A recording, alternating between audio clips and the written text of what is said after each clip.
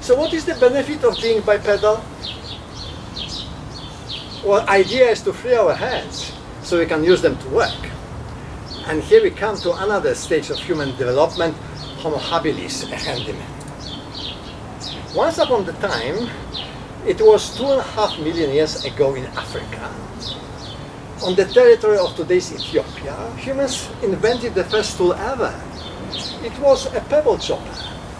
A pebble chopper was a small, rounded stone that was chipped on one side with another stone to form a serrated crest that somehow looked as teeth of carnivorous animal.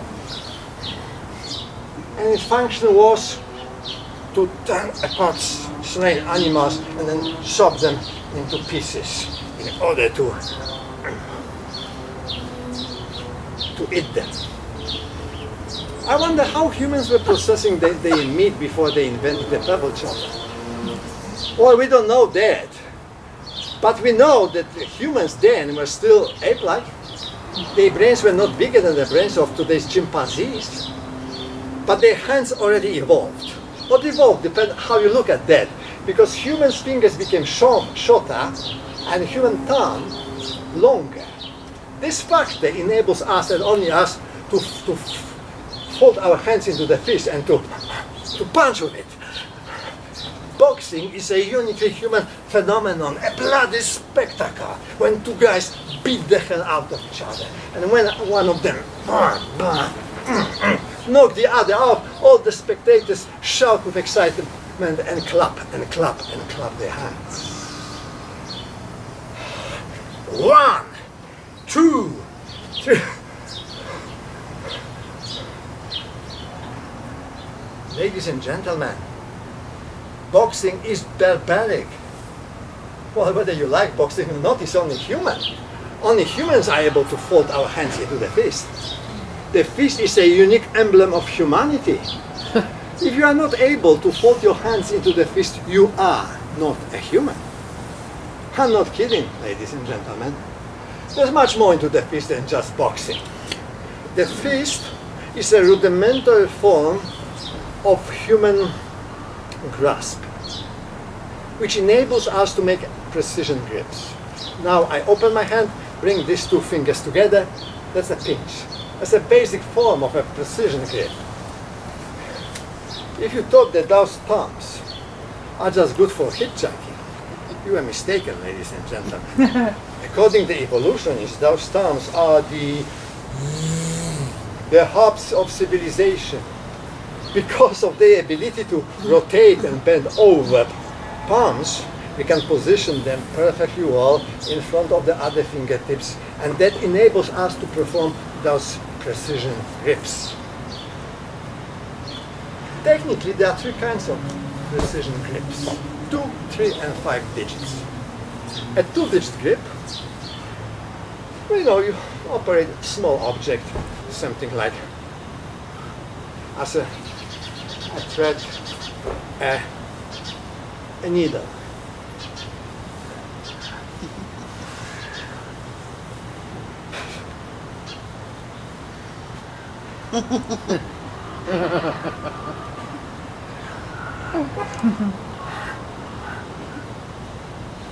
I've got it.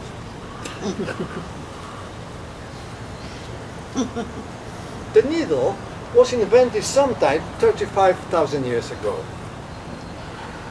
And it probably started the first clothing industry.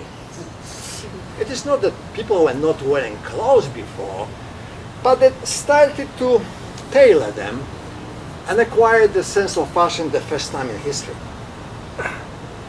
Since then we create artificial identities, of appearance through clothing, costumes and all other disguises, and all thanks to this small object, the needle. The 3-digit grip we use most often in everyday activities, handling dishes and utensils. For example, we hold a plate in 3 fingers, we hold a spoon in 3 fingers. A spoon is most likely the first object the child uses as a tool. It happens when the child is about 2 years old. it serves us as a third arm. Before that, children eat as all other primates, from hand to mouth. Very messy. We hold a pen in 3 fingers. A pen, a symbol of culture. Let's do that as a journalist making note in the field. Looking for information, gathering information. And looking for sensation. Got it, sensation! And it goes to the air, to the whole world. Modern culture is full of that kind of crap. Pardon me the expression, I'm supposed to say shit. But we can use pen in quite different way. For example, to write a poem. Let's write a poem.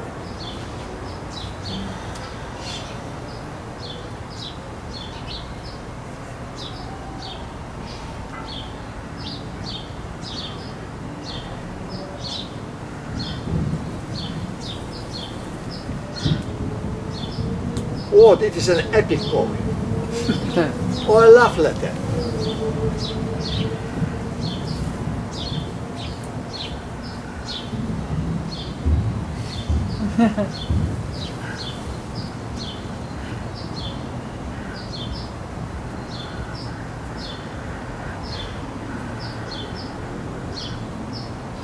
Or a suicide note.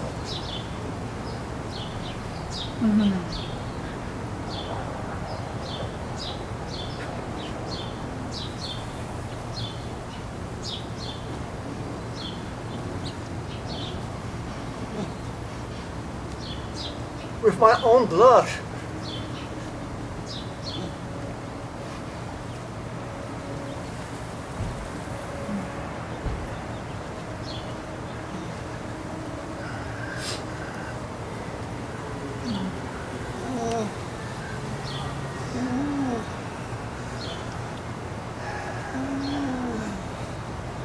Oh, I have drifted far, far away.